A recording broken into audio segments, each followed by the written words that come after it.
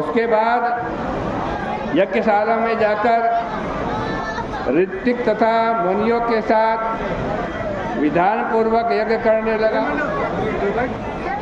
किंतु महाप्रभु शंकर भगवान की निंदा भी वो करता रहता था। उस यज्ञ में ब्रह्मा तथा विष्णु को छोड़कर सभी देवता आए तथा सिद्ध, चारण, गंधर्व, यक्ष, राक्षस एवं किन्नरगण भी गए। उसी समय परम पवित्र सती उमा स्त्री जाति के चंचल स्वभाव होने के कारण प्रलुब्ध होकर उस उत्सव में एवं उत्सव में आए हुए अपने बंधुगणों को देखने के लिए उत्सुक हुई। भगवान शंकर के द्वारा अनेक बार रोके जाने पर भी चंचल स्वभाव के कारण बारंबार मुझे जाना चाहिए, मैं जाऊंगी, यह निश्चय किया। भगवान शंकर ने कहा, हे वरवर्णी, वह तुम्हारा पिता सभा के बीच में हमारी निंदा करता है, वह तुम्हारे लिए बड़ा असह्य होगा, तुम सहन नहीं कर पाओगी। उसे सुनकर के तुम अपने प्राणों को भी छोड़ दोगी। मेरी कृपा की अभिलाषा करने वाली तुमको हमारी न सहने वाली बातें भी माननी चाहिए। हे देवी, मैंने जैसा किया वैसा तुम नहीं व्यवहार कर सकती, इसलिए यज्ञशाला में मत जाओ। इसमें संदेह नहीं है कि यदि नहीं मानोगी तो कल्याण नहीं होगा। इस प्रकार समझाए जाने पर भी चंचलता के कारण सती ने नहीं माना और वह पिता के यज्ञ में चल दी। सती ने अकेले ही पैदल यात्रा कर दी। उन्हें पैदल चलते देखकर नंदी बैल ने अपनी पीठ में उन्हें बिठा लिया। तब करोड़ों भूतों का समुदाय सती के पीछे पीछे गया। वह यज्ञशाला में जाकर अंतःपुर में आई। सती को देखकर सब लोग चुप रहे।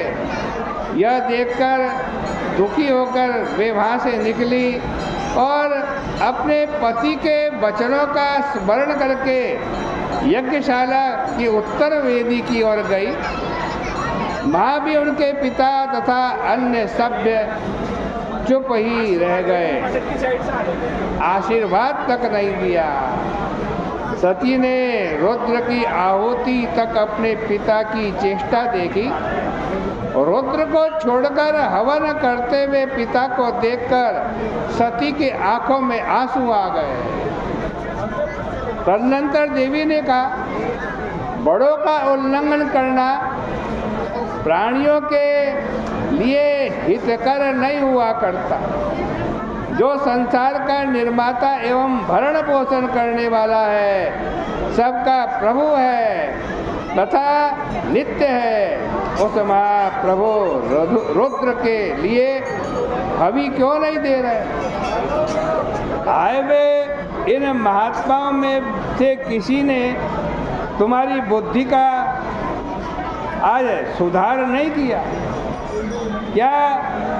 वैसे कोई महात्मा ही नहीं है अथवा इन सभी के विधाता विरुद्ध हैं। इस प्रकार कहते ही वहाँ एक पूखा नाम का देवता बैठा था। वो हंसने लगा। हतभाग्य भृगु अपनी दाढ़ी को फटकारने लगे। दूसरे लोग भी हाथ, पैर, जांघ तथा कांख फैलाने तथा फटकारने लगे। उनके अभागे पिता ने बहुत प्रकार से निंदा की।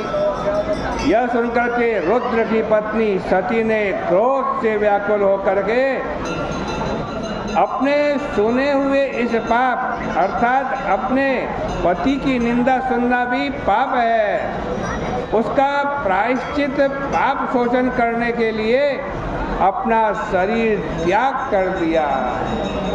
सभी लोगों के देखते देखते वेदी के ऊपर ही होमाग्नि में महान हाहाकार हुआ और भगवान रुद्र के गण प्रमथ आदि शीघ्र दौड़े और आकर देवों के देव भगवान शंकर से संपूर्ण वृत्तांत सुनाया। यह सुनकर के महेश रुद्र ने यमराज के समान कुपित होकर वो एकाएक उठे, हाथ से जटा को उखाड़कर पृथ्वी पर पटका। उससे महाबली भीमकाय वीरभद्र उत्पन्न हुए। उनकी 1000 भुजाएं थी। वह यमराज के समान तेज वाले थे। उसने हाथ जोड़कर भगवान शंकर से कहा, आपने मुझे जिस कार्य के लिए बनाया है उसमें मुझे लगाइए, आज्ञा दीजिए। ऐसा कहने पर आज कहते हैं सामने खड़े हुए वीरभद्र से कुपित होकर के रुद्र ने कहा, मेरे निंदक दक्ष को मारो, जिसके कारण मेरी प्रेयसी सती ने अपने प्राण त्याग दिए हैं। और इसी के साथ महाबली भूतों का समुदाय भी जाए। इस प्रकार भगवान शंकर द्वारा आदेश पाकर सभी अतिशीघ्र दक्ष की सभा में गए और देवता, राक्षस तथा मनुष्य जो भी महायोद्धा वहाँ यज्ञ स्थल में सहायक थे वे सभी को मार डाला। सर्वप्रथम हंसने वाले पूखा के दांत को तोड़ दिया, अतः उनकी जटा को नोच करके सिर फोड़ दिया। उस दुष्ट भृगु की दाढ़ी उखाड़ दी। जिसने जो जो अंग दिखलाए वह फटकारे थे, उनके उन अंगों को पराक्रमी वीरभद्र ने काट दिया। उसके बाद दक्ष प्रजापति को सिर को काटने के लिए आज बहुत प्रयत्न किया।